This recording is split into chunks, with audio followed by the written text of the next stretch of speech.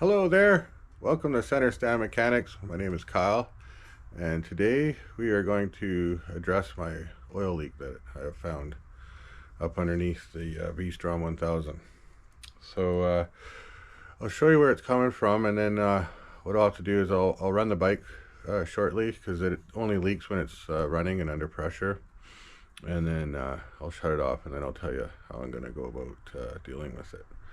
But I'll get you in here, and so basically, it's coming right out of the side of this oil cooler. It's not leaking at the banjo washer here, which I thought it might be, but it's not. It's actually leaking up in here, and you can't see it until the bike's running. It doesn't even leak when it's off here, and it's just like it's almost like it's like a flaw in the metal here. I guess it'll be probably aluminum, this aluminum fitting here on the side of this housing for the whole oil cooler, and yeah, it's just sort of weeping out of here. It's like a little hairline crack, and yeah, it's really strange. But so I'll run the bike and I'll show you where it's coming out of here.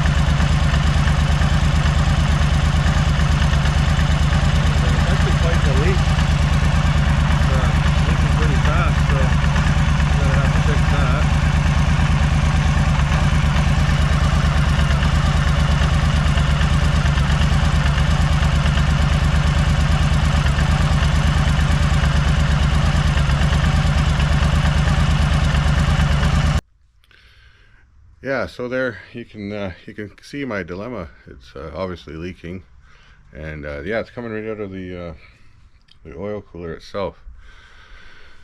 So here's the thing. I've looked online at the oil coolers, and they're fairly expensive for an OEM Suzuki oil cooler. They're anywhere from like $1,000. I've seen them maybe 800. I've seen them as high as 1150, and then there's a lot of used ones on eBay and stuff for like, you know, 40 bucks and 50 bucks and stuff, and shipping. You probably get one shipped here for about $80-90. So that's probably the way to go. But in my situation, the bike, when I got the bike, you might have heard me talk about, I got this box of parts with the bike, and then there was bearings and you know, brake pads and all kinds of things, and what was in there was another oil cooler like this. And the thing is I don't know if it's good or not. It looks really good. I've looked all over it. I can't see any problems with it, but you know, with this kind of stuff, you never know until you put it under pressure and it starts to leak on you. But and when I bought the bike, there's so much, you know, it's like when you go and buy a bike, there's so much going on, and the guy was telling me about this and that, and here's this box of parts and in there, and he did talk about the oil cooler, and I can't remember what he said, if it was good or not. So it's a bit of a mystery. I think I vaguely remember him saying it was good, but he just changed a hose that came with it and whatnot. I just can't remember exactly. So what I'm going to do is, it's not too hard to change it, put it on, and but I don't want to. In order to do it, I have to drain all the oil, because it's going to be oil everywhere when I unhook these oil lines. So I'll drain all the oil, but I want to keep it, switch it out, put this other oil cooler in, and then put that oil back in the bike. So I'm gonna be really careful not to get any dirt in it. I have this oil container here. It's all cleaned out. There's like no dirt or anything in there.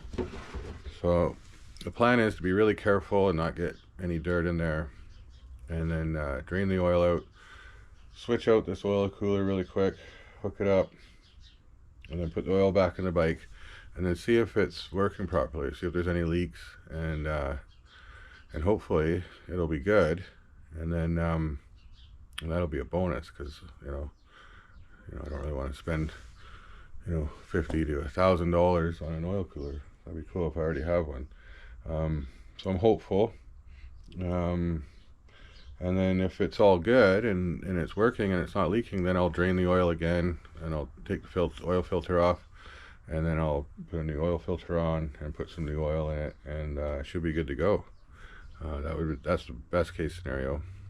And then if this oil cooler's no good, I'll have to order one online and then do it all again, and then hopefully get one that works, or spring for a new one. I don't know. It's pretty steep. It's a lot of money, man, for a little part. $1,000. So yeah. So hopefully this will solve the problem. And yeah. So we'll get to it here. First thing, I gotta drain the oil here, and the bike's warmed up, so that's good. That part's done, and then we'll just drop the oil and go about changing this out.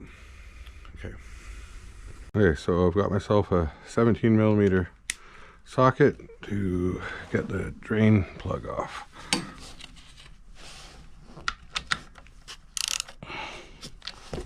Going right there.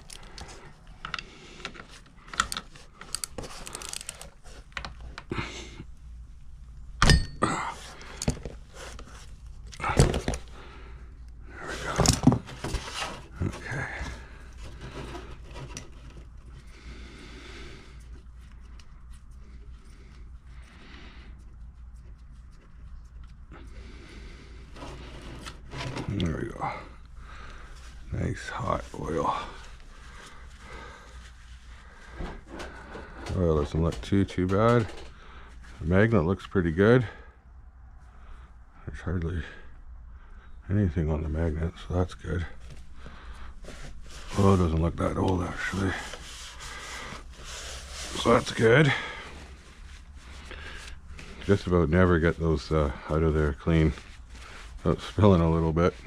Okay, so I'm just going to put this drain plug back in.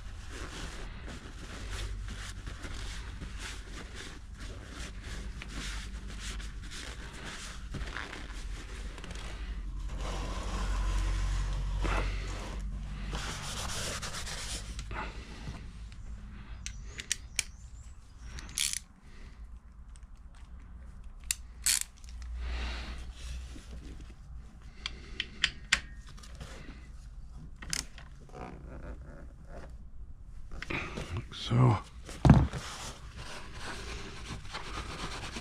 wipe up any excess. It'll just smoke off when the bike starts up again. Okay, so now we'll undo this side. Now I suspect this could just pour all wild, so I'm going to try my best not to spill it everywhere, and we'll see what happens here. Hopefully it won't get all over the exhaust pipe. Oh, wrong way here. Yeah. Oh yeah. Now there'll be a banjo washer on either side of this oil fitting here.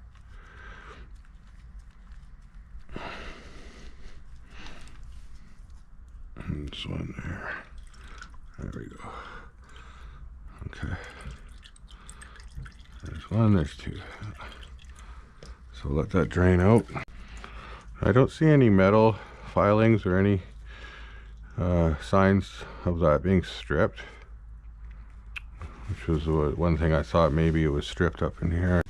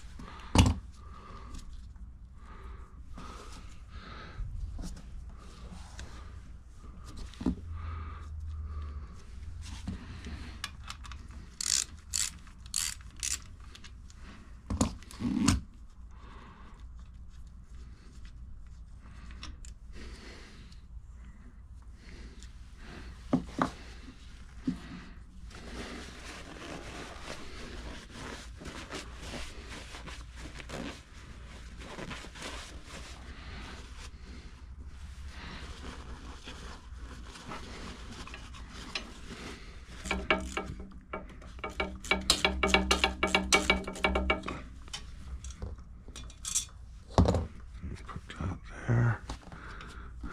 What we got?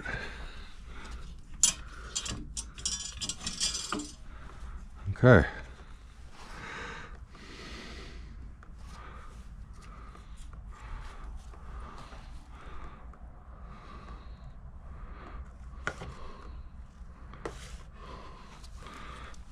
Let's see if we can't drain this in here.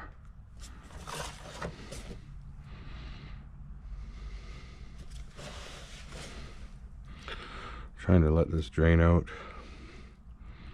save as much oil as I can so I can put it back in.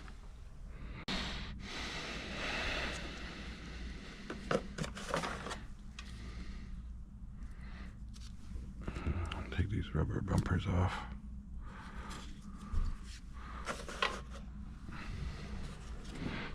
I'll put them on here.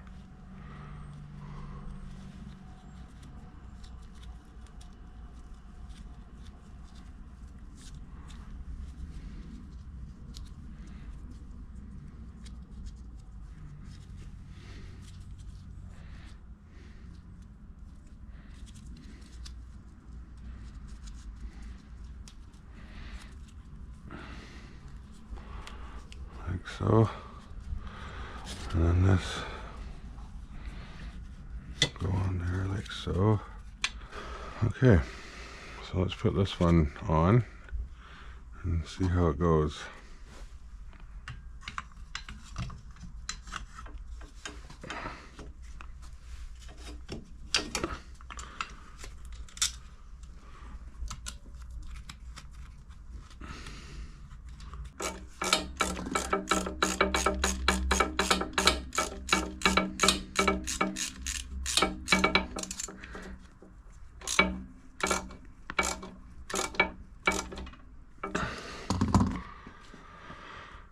Okay, and then while we're on this side, we'll put this oil line back on.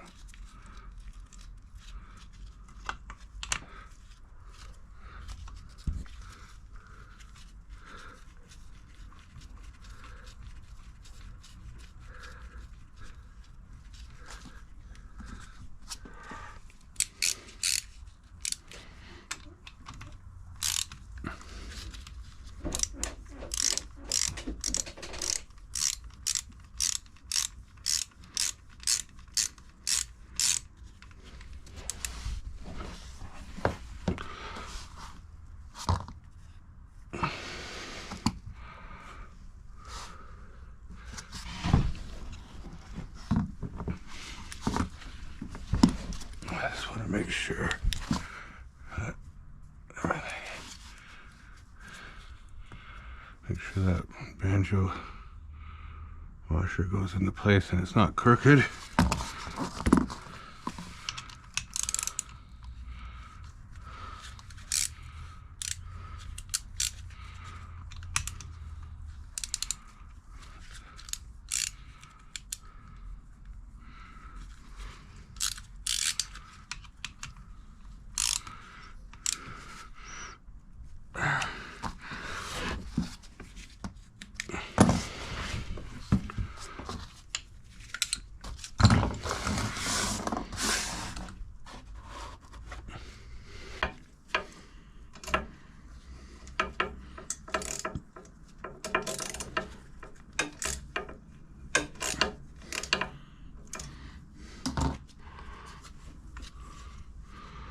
Okay, I'm gonna put this oil fitting on. So we got one washer on the bottom. Looks like that. Put this one on, and then it should just thread on.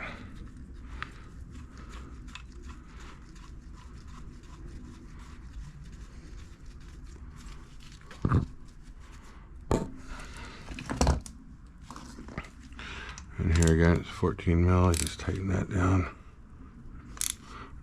Okay. So now that's all hooked back up. I'm just going to put this oil back in, try it out, run it for a little bit, see if we have any oil leaks, and pray that we don't. And then I'll change the oil if it's good, and we should be good to go. Okay, so very carefully I'm going to put this oil back in and try not to spill any. Oh yeah, easier said than done. I kind of need like 3 hands here.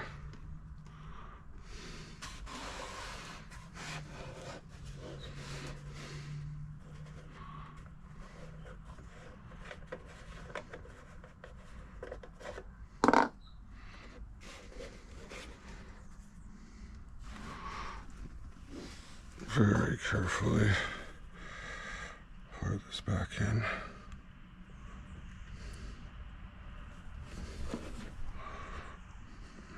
Now, I normally don't put used oil back in the bike, but the oil I'm putting in is about $20 a liter.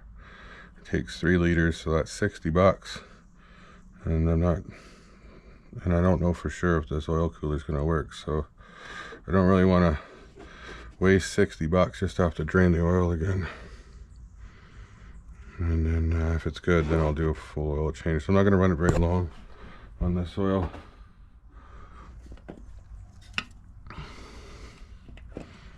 That's the plan. And yeah, we'll see how that goes. Okay, so here's the moment of truth. We'll start it up. We'll see if we got any leaks, and cross our fingers. Hopefully we don't have any problems. So here goes nothing.